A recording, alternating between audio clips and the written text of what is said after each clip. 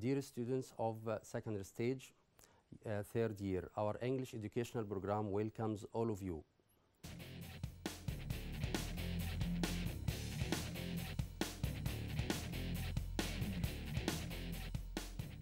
Unit 13, Women in History. Dr. Aisha Abdurrahman is known as Bint al-Shati. Dr. Aisha Abdurrahman is known as Bint al-Shati, is one of the most famous people in Egyptian and Arab culture. During her life, she helped to improve women's position in Egyptian society. أثناء حياتها هي ساعدت على تحسين وضع المرأة في المجتمع المصري. Florence Nightingale was born into a wealthy family, but she decided to be a nurse. Florence's work in a London hospital was so effective that the British government asked her to be in charge of the nursing of wounded soldiers abroad.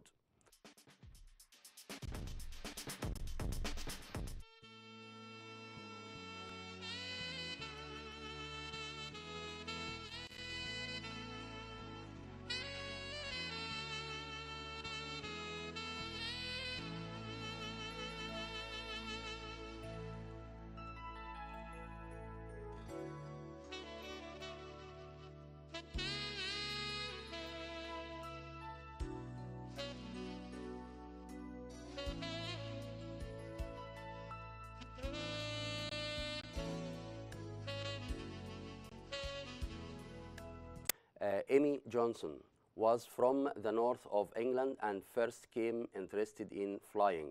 إيمي جونسون كانت من شمال إنجلترا وكانت معروفة مهتمة بالطيران. She broke the record. حطمت الرقم القياسي. She broke the record for a solo flight. solo بمعنى فردي أحادي. So she became popular with the British people who called her اللي سموها the Queen of the Air. And I'm going to try to make the cake in something under my husband's record time, which, as you will remember, was 4 days, 17 hours, 25 minutes. I know I shall have to work very hard to improve on that. It has been very little sleep, but my machine has a slightly better performance than his has, and I hope to make slightly faster time. I'm calling my machine the Desert Cloud. I hope that starting from the name of Jason won't bring me bad luck, but I think the Desert Cloud is a very pretty name.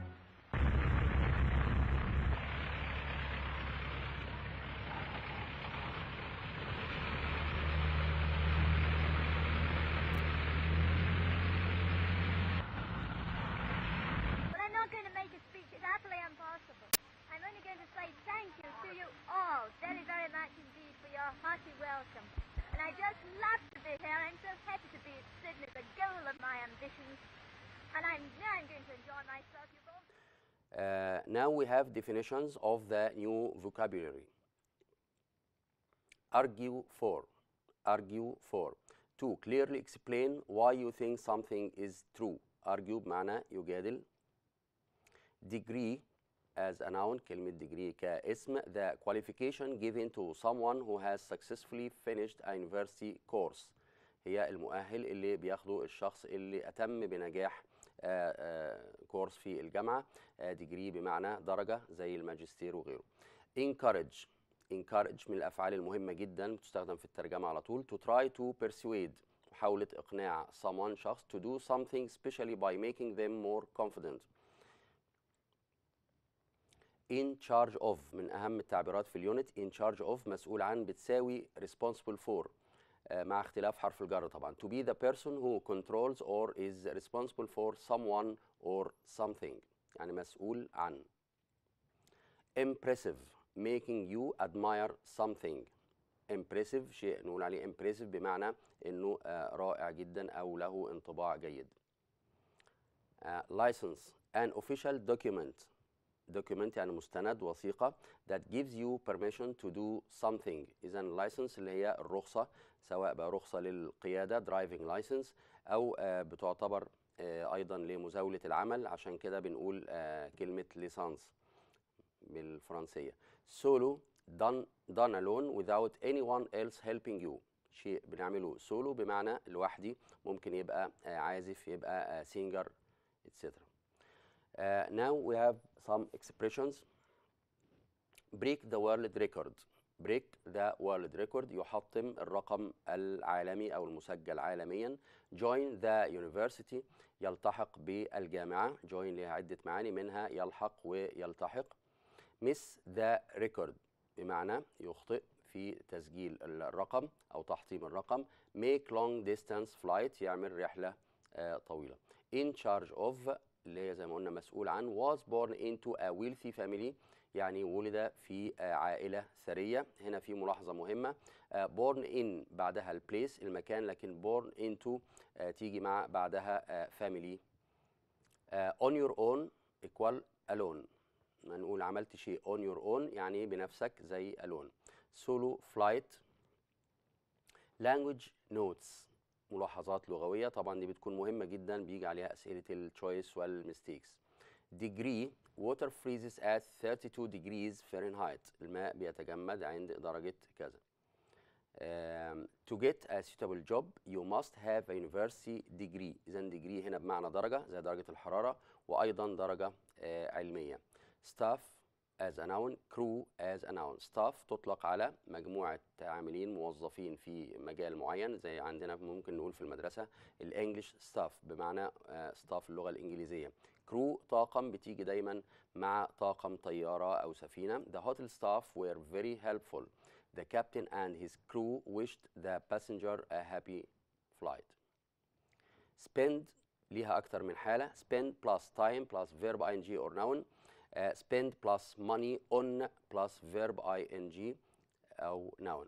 I spent the evening reading newspaper. ممكن تقول مثلا I spent 2 hours studying English. she spends most of her money on clothes. إذا لو هتستخدم مع الماني بيستخدم معها حرف الجر on. أما مع time فبيبقى بعدها مباشرة بعد التايم بيبقى فيه verb ing. choose the correct answer. نشوف بعض الاختيارات مع بعض. he was space to be a pilot after he was qualified. نقول he was licensed, wanted, driven, given. هنستخدم licensed بمعنى هو أعطي الرخصة كطيار بعد ما تأهل. The headmaster's efforts to improve the school have been very correct, effectiveness, effective. الجهود اللي عملها مدير المدرسة لتحسين المدرسة، الجهود دي كلها نوصفها بأنها كانت very هنستخدم الادجكتيف هنا effective. هنستخدم الادجكتيف هنا effective بمعنى مؤثر أو فعال، لكن الفيرب نفسه affect. دكتور عائشة has helped to improve women's in Egyptian society.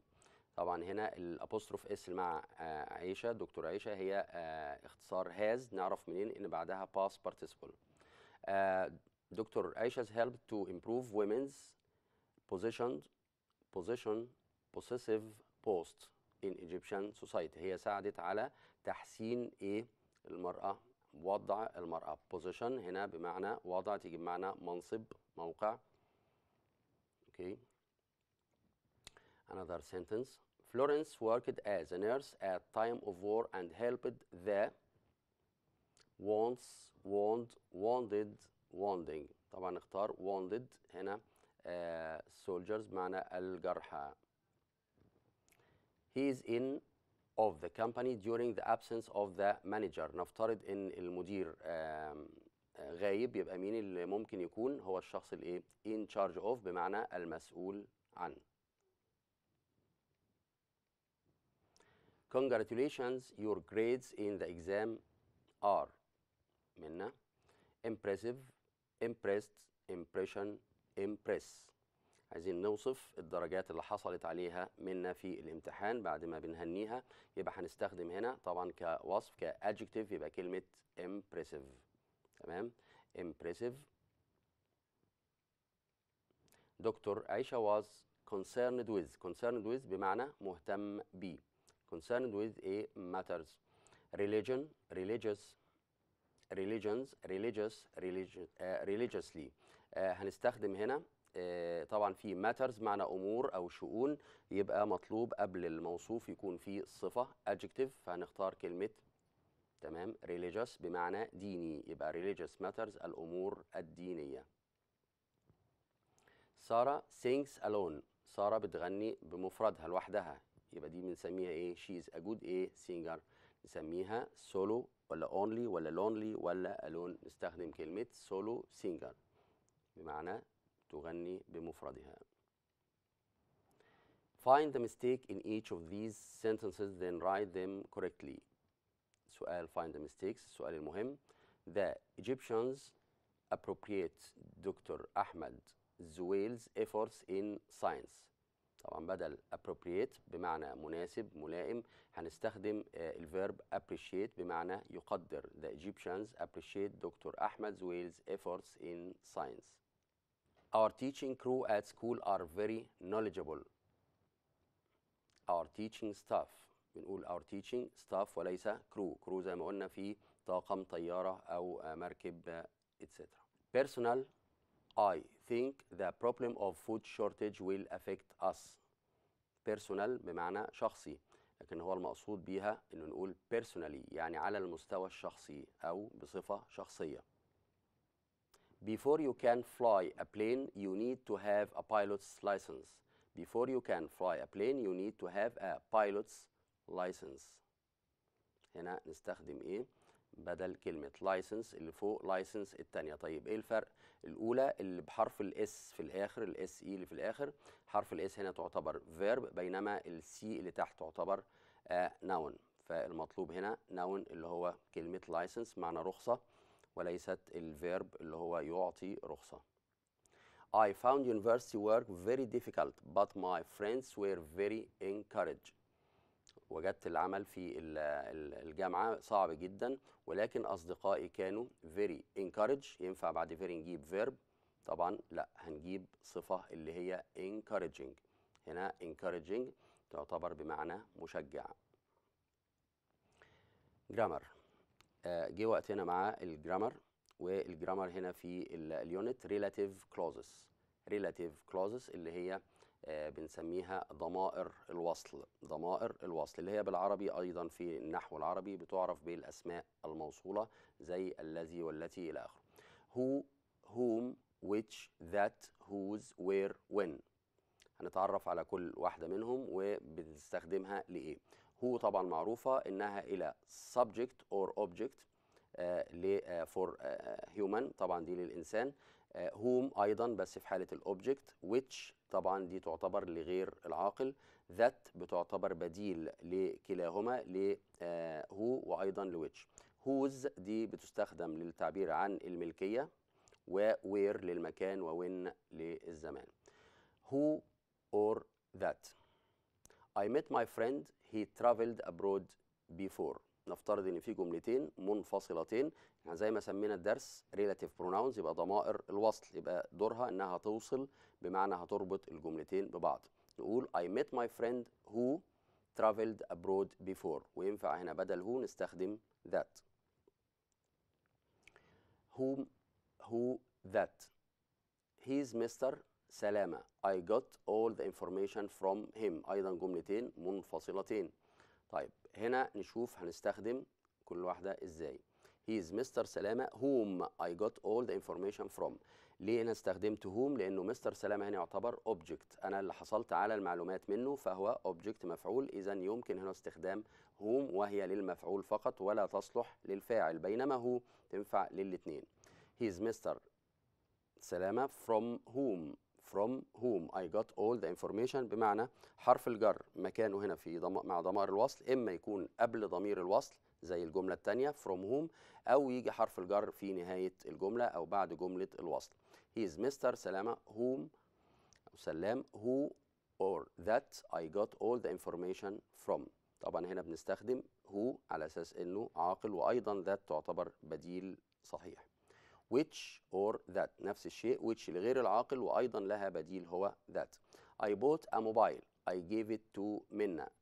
جملتين منفصلتين لما نربطهم I bought a mobile which، يبقى بنشوف آخر كلمة قبل ضمير الوصل إذا كانت عاقل يبقى هو وبديل لها that، إذا كانت غير عاقل يبقى which وأيضا بديل لها that. I bought a mobile which I gave to منى أو that I gave to منى. noun plus whose plus noun. بمعنى whose لو بعض الطلاب بيتلخبطوا فيها احنا هنقولها بشكل سهل جدا. whose تختلف عن who بمعنى انه whose للملكية. طيب نعرفها ازاي؟ هتلاقي دايما بعد whose نشوف الجملة the man reported the police his car was stolen. ادي جملتين منفصلتين. the man whose car was stolen reported the police. هنا اكتر تمييز لكلمة whose انك تعرف ان بعدها اسم تابع لما قبلها. هي تتقال كده، دي افضل طريقه تعرفوا بيها هوز والفرق بينها وبين هو. واهم تنبيه هنا مش مجرد ما نشوف عاقل نستخدم هو، لا، ممكن يكون هوز نعرفها ازاي؟ اذا كان بعدها مباشره اسم نون تابع لما قبلها. the man whose car يبقى الرجل الذي سيارته. where معروف ان where للمكان. that's the نصر club we go there every Friday. that's the نصر club where we go every Friday. يبقى هنا استخدم قبل كلمة where club وده اسم مكان اللي هو النادي، يبقى where تستخدم بعد اسم مكان. when زي ما where للمكان when للزمان، زي استخدامهم ككلمات استفهام بتكون where للمكان وwhen للزمان. winter is my favorite season. الشتاء هو فصلي المفضل. I go to Alex on it. winter is my favorite season when I go to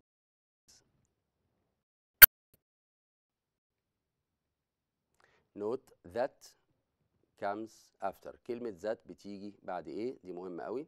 في عندنا all superlative the first the last the only.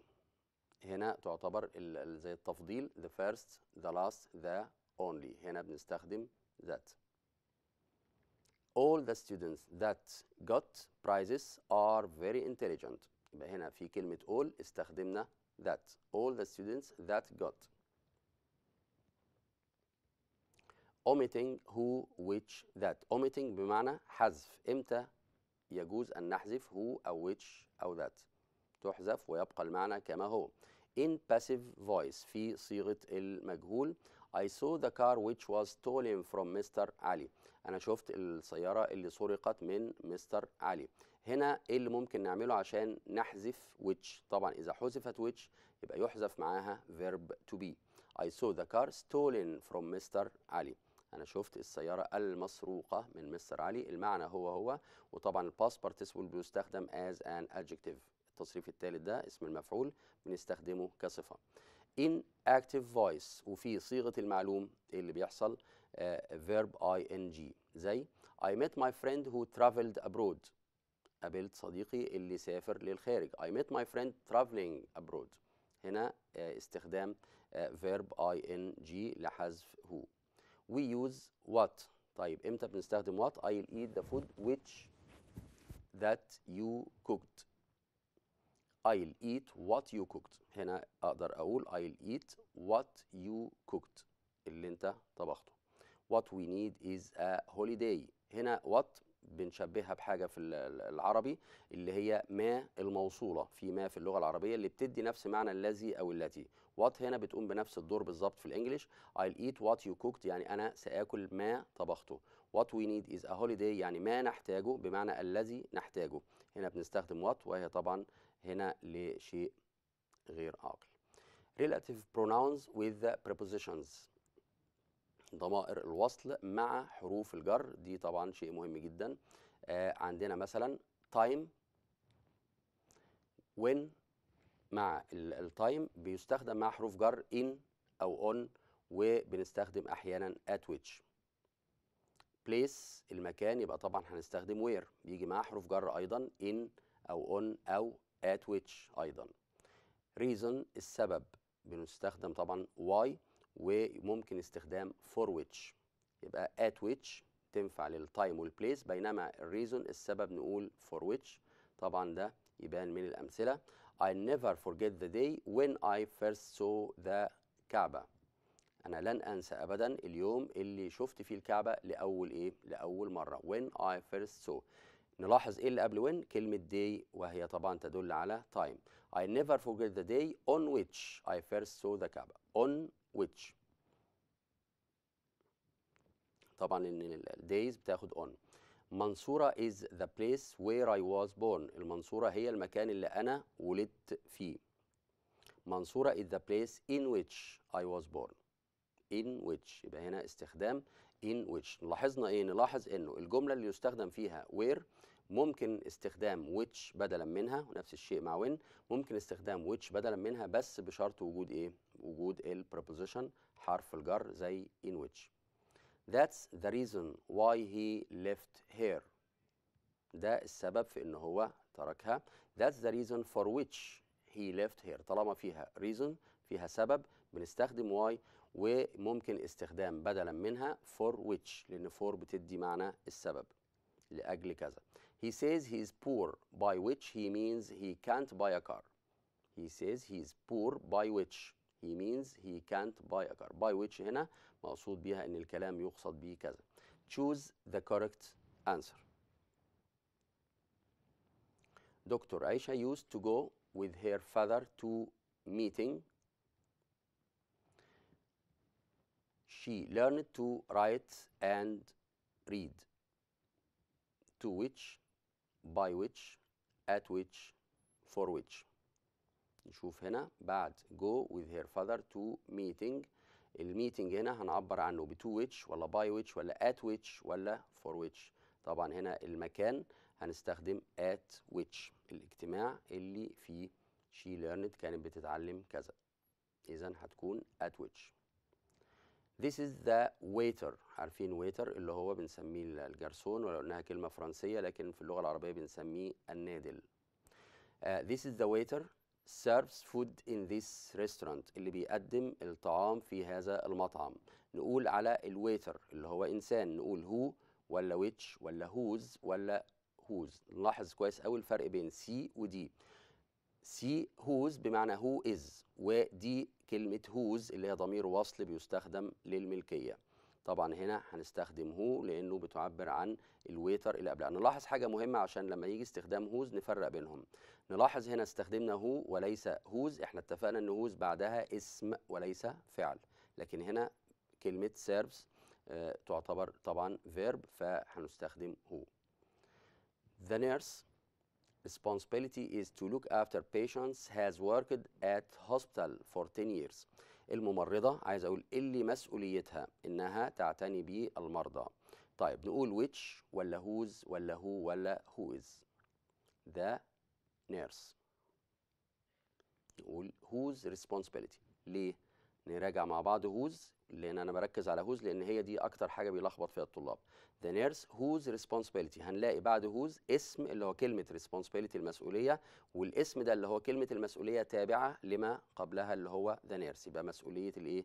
الممرضة. يبقى معناها بالعربي الممرضة التي مسؤوليتها. ليها يعني فكرة عندي في اللغة العربية بتسهل الموضوع ده برضه عشان هوز، انه دايما هوز لما نترجم جملتها هنلاقي الكلمة اللي بعدها لازم يلحق بيها احد الضمائر زي حرف الهاء سواء للمذكر او للمؤنث. This is the knife he cut the bread for which, to which, with which, on which. عايز اقول دي السكينة اللي بيها بيقطع الخبز، يبقى for which ولا to which ولا with which ولا on which.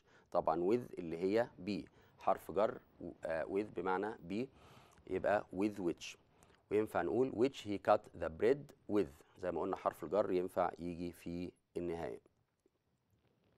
The meeting I went was very boring. الاجتماع اللي رحته كان very boring يعني ممل جدا. نقول the meeting for which, to which, at which, on which. نختار هنا ايه؟ to which I went بمعنى اللي أنا ذهبت إليه. يعني عشان نجربها صح نقول the meeting which I went، نقول I went إيه؟ to was very boring، يبقى to which. He says he is busy. He says he is busy. He really means he doesn't want to go out this evening. At which, in which, for which, by which. He says he is busy. He really means نقول at which ولا in which ولا for which ولا by which. هنقول for which he really، لأن هنا بنتكلم عن reason السبب، فنقول for which. This is all. احنا اتكلمنا عن all من شوية، نفتكر مع بعض قلناها في ايه. This is all ايه I want to say. all what ولا that ولا who ولا which. بنستخدم ايه هنا؟ بنستخدم that في كلمة all عندنا. This is all that I want to say. تمام. طيب find the mistake in each of these sentences then write them correctly. نشوف سؤال المستيكس. She has written an article for which she describes the problems facing our country. هي كتبت article هنا بمعنى مقال. زي ما قلنا نصيحة مهمة جدا، نحفظ كل معاني الكلمة مش معنى واحد. بنقول كتبت مقال، article تيجي بمعنى أداة أيضا. for which she describes بتوصف فيها problems المشكلات facing our country اللي بتواجه بلدنا. طيب الغلطة هنا فين؟ هو يقصد المقالة اللي ايه؟ يبقى in which اللي فيها زي ما قلناها بالعربي من شوية in which. يبقى هنا نستخدم in which لأن دي مش بتعبر عن سبب لكن بتعبر عن مكان. In 2002 I went to China in where I stayed for a month. طبعا where لا يستخدم معها هنا حرف الايه؟ الجر، لكن ممكن نقول which I stayed for a month to China in which. يبقى ينفع نقول in which لكن ما ينفعش نقول in where، لكن تنفع where بدون in. أكرم who grandmother. نلاحظ أكرم who grandmother. أكرم اسم و grandmother اسم وبينهم who. هل ده صح؟ lives in منصورة went to visit her last week. ايه اللي قلنا عليها يجي بعدها اسم تابع لما قبلها؟ طبعا مين؟ whose. هنا نقدر نفرق بين who وبين whose. I asked him which he was calling. نقول I asked him who he was calling. أنا سألته هو كان بيتصل بمين. who وليس which. who للعاقل. I met him on the day where I was due to leave. The day where. طبعا day يبقى time. نستخدم when وليست where لأن where للمكان، أو نستخدم هنا in which. أو I met him on the day in which I was due to leave. Asking for and giving reasons. Asking for and giving reasons هنا حاجة خاصة بالإيه؟ بالsituations والlanguage functions. Asking for reason. إزاي نسأل عن سبب شيء؟ Can you tell me why؟ عايز أسأل عن السبب في أي شيء، أقول للشخص اللي بكلمه Can you tell me why كذا. Is that the reason؟ إلى آخر الجملة. والسؤال is that the reason؟ هل هذا هو السبب في كذا. What كذا for. What's the reason for كذا. Giving reason. طيب لما نيجي نعطي احنا السبب، اتسألنا وعايزين نجاوب ان السبب كذا، نقول it's because. نقول for ايضا for للسبب. two او three reasons etc. firstly secondly because. firstly يعني اولا. secondly ثانيا because. mainly because. ممكن اقول ان السبب في الشيء ده السبب الرئيسي هو كذا، او mainly يعني بصفة رئيسية بشكل رئيسي بسبب كذا. Okay, now respond to each of the following situations. نرد على المواقف اللي جاية دي. ايه التعبيرات اللي نستخدمها؟ Can you tell me why you are late؟ نفترض طالب جاي الحصة متأخر، التيتشر يقول له Can you tell me why you are late؟ ممكن تقول لي تأخرت ليه؟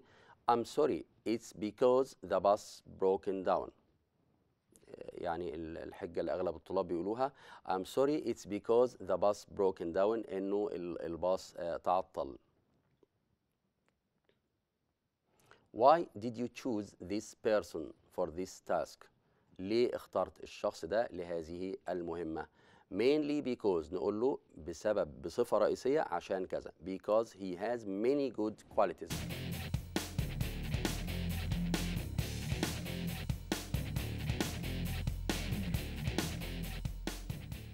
Finally, I hope you have enjoyed our program today. Thank you and goodbye.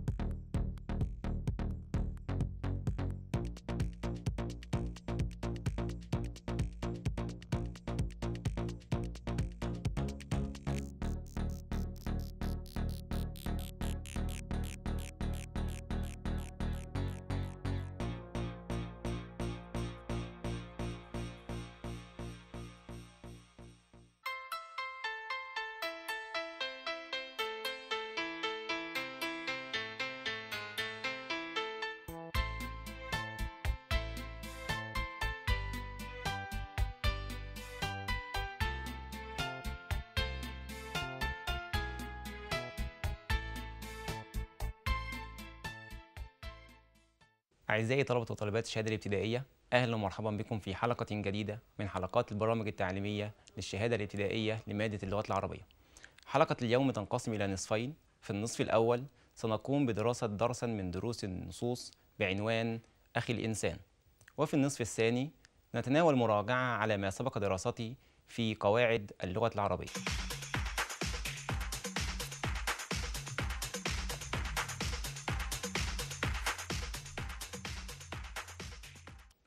النصف الأول: أخي الإنسان. هذا النص لعيسى الناعوري. عيسى الناعوري